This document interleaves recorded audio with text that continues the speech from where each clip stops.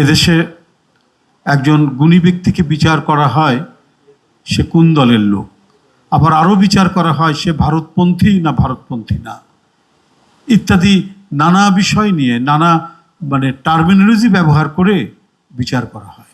কিন্তু তার গুণ, তার প্রতিভা, তার কন্ট্রিবিউশন, তার মেধা, এগুলো বিবেচনা করে তার সামগ্রিক সত্তাকে উপস্থাপন করার ক্ষেত্রে আমাদের দেশের বিভিন্ন যে প্রচার যন্ত্রগুলো আছে সেই প্রচার যন্ত্রগুলোও ঠিকমতো কাজ করে না। এই কারণে ডক্টর আব্দুস সাত্তারের মতো এত বড় প্রতিভাবান মানুষও আড়ালে চলে যান। আমি ধন্যবাদ জানাই সঞ্জয় দে রিপন, তার একজন অন্যতম গুণমুগ্ধ ছাত্র। এই সঞ্জয় দে রিপন আমি দেখেছি বিভিন্ন ক্ষেত্রে এই বঞ্চিত হওয়া গুণী মানুষদেরকে সে ধরে রেখেছে, সে তাদেরকে নিয়ে কাজ করে। আমি ওনার সম্পর্কে অনেক আগে থেকে জানি, অত পরিচয় নেই। ওনার সাথে পরিচিত হয়েছে হয়তো 10 বছর হলো সঞ্জয় দে রিপনের মাধ্যমে। তখন আমি বুঝতে পেরেছি সঞ্জয় দে রিপনরা ছাত্র জীবন থেকে তো তাদের একটা পলিটিক্যাল কনসেপশন ছিল, কিন্তু কনসেপশনের থেকেও যে একটা বড় জায়গা, তারা আমাদের যে ভূখণ্ড, এই ভূখণ্ডের যে স্বার্থ সেটাকে সর্বাগ্যে তুলে ধরে। এই সর্বাগ্যে তুলে ধরে বলেই ডক্টর সাত্তার সাহেবের মতো মানুষদেরকে তারা তাদের ছাতা হিসাবে সেই ছায়ার নিচে তারা থাকতে চেষ্টা করেছে। এইভাবে কিন্তু এস.এম. সুলতান সাহেবের মতো একজন মানুষও আমাদের দেশে প্রচারণায় অনেক সময় থেকে পিছিয়ে রাখা হতো।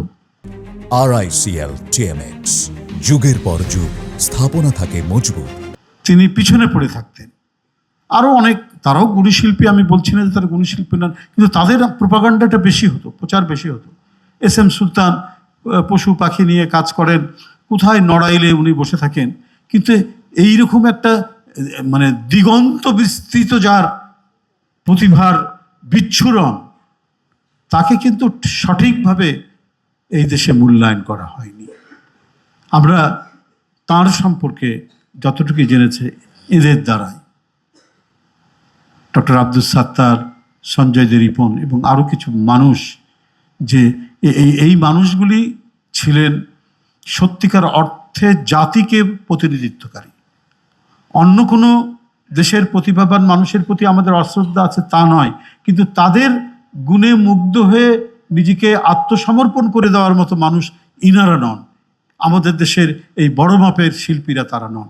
তারা দেশকে, দেশের ভূগোলকে, দেশের সীমানাকে প্রতিনিধিত্ব করেছেন তাদের যে প্রতিভা, তাদের যে অর্জন এবং তাদের শিল্পকর্মের মাধ্যমে।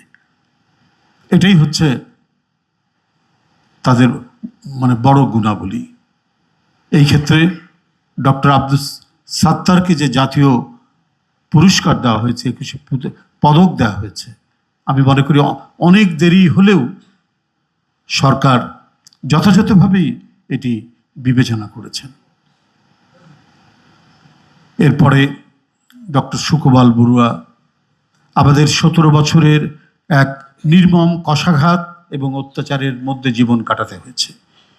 ঘর থেকে বেরোলে পরে আমরা কারাগারে যাব না, আবার বাসায় ফিরে আসতে পারবো, এই ধরনের অনিশ্চয়তার মধ্যে আমাদের জীবন কাটাতে হয়েছে।